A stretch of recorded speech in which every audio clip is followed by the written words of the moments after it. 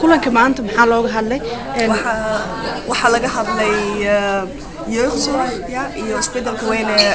la sugaya waayo iminka dawladda dhexe waxay tiri gobolada jeugdzorg waa in laga gudbiyo oo xameentiga loo gudbiyo ilaa iminka gobol walba isaga deegaanka jeugdzorg gacanta ku haya deegaankiisa waxaa la yiri waa laga kaxaynaya waa laga wareejinaya xameentiga mas'uuliyadda la saaraya xameentiga iminka waxaan ku niri aan kulano intaydan go'aan ka gaarin iyo qaab aydan u samaynin nala tashada annaguna wixii aan qabnay ama talaha noqoto ama calaal ha noqoto ama dardaarin ha noqoto aan idin sii gudbino ka saa awgeed maanta hooyooyinka Soomaaliyeed magaalada Nairobi ay ula kulmeen isbedelka sanadaha soo socda Soomaalida maxay ka fili karaan marka waxay ka fili karaan Allahu a'lam hay-adihii cadaanka ogeyn iyagana waxay sugayeen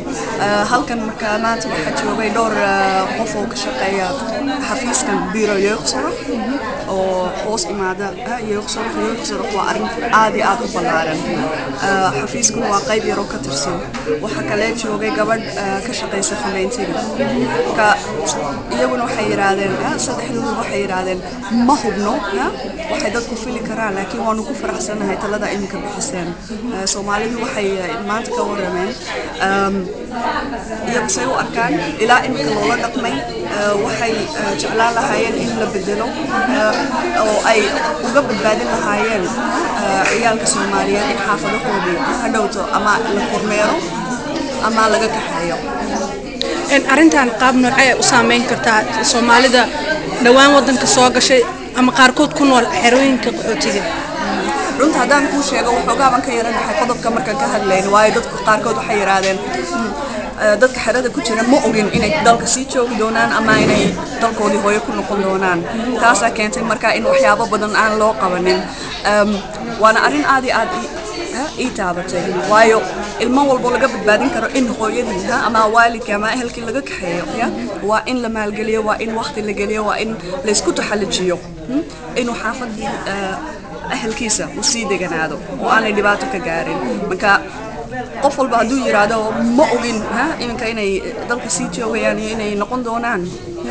oo waanu eegi doonaa markay hadhow sharciga helaan ama la yiraahdo noqda markaasaan go'aan ka gaarin ama xal u raadin doonaa wallahi waa laga fiican yahay waa sida xiriirka ka dhaxeeya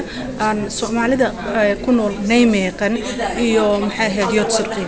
xiriir ma leeyihiin sidee ku xiriiri karaan okay dadka xerada degan waxay hoos yimaadaan kaawada kowa kuwa kawadana hadday wax arkaan ay yiraahdaan oo tan ilmihii halis gelinaysa ama xitaa waxa dhici karta jaarka waa xeradu meel cidla kuma taalo waxa dhici karta haddii inta dadka xerada ag degan ay wax arkaan ama ka shakiyaan iyagu inay telefoonka qaataan oo la xiriiraan AMK kuwaas marka baaritaan bilaabaya oo waalidkii mis la fariisanaya oo su'aalo weydiinaya oo malaf u sameynaya kadib haddii marka la isku afkarto ilmahan xaaladiisa inaan saa u fiicnayn markaas la xiriiraya ama NIDOS ama biro jeugdzorg ma dhacdaa information qaldan in la isku gudbiyo taas darteed ee Soomaalida problem ku keento in ilmihii laga qaato ama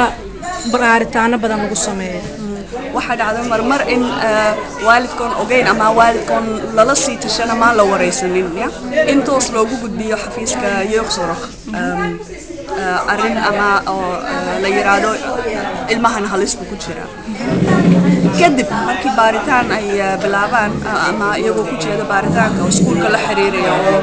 jaarka la xiriiraya oo ehelka ama walaalada kalena wareysanaya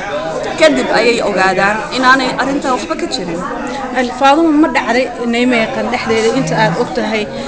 problem soo wajahay Soomaalida ku nool halkan oo ka qabsada qaabka carruurta sababtoo ah Soomaalida marka ay maqlaan ilmaha la qaataa ilmaha maxay ahayd information bixiyaan iskuuladii oo la xiriiray booliska arrimo noocaas kiisas noocaas Naimeeqan ma ka dhacaan waa wax meel walba ka dhaca laakiin aan waxaan ku sheegayaa halkan magaalada Naimeeq wallahi waa dumarka khaasatan hooyooyinka halkan fadhiya ya iyagii baaba u yimid fanaantigoo yiri aan miisna la fadhiisano ya intaydan go'aan gaarin oo talaad ah oo hadhowta yani laga noqon karin arrintan nala tashada na waraysta aan idin la eegno aan wada shaqeyno marka waxaad arkaysaa waalidiintan inay had iyo jeer ismuujinayaan taasay keenaysaa marka wax laga yar shakiyo anagoo kale in la soo hadlo la yiraahdo maxaaba ka jira marka anaga si yar oo degan ugu macnayno iska khaarijin yaa soo qaban qaabiyay kulanka maanta marka waxa soo qaban qaabiyay aka adviescommissie allochtone waa guddi la talisa wethouderskii burgemeesterka iyo waxa soo diyaariyay hooyooyinka iftin maadsanta adaamno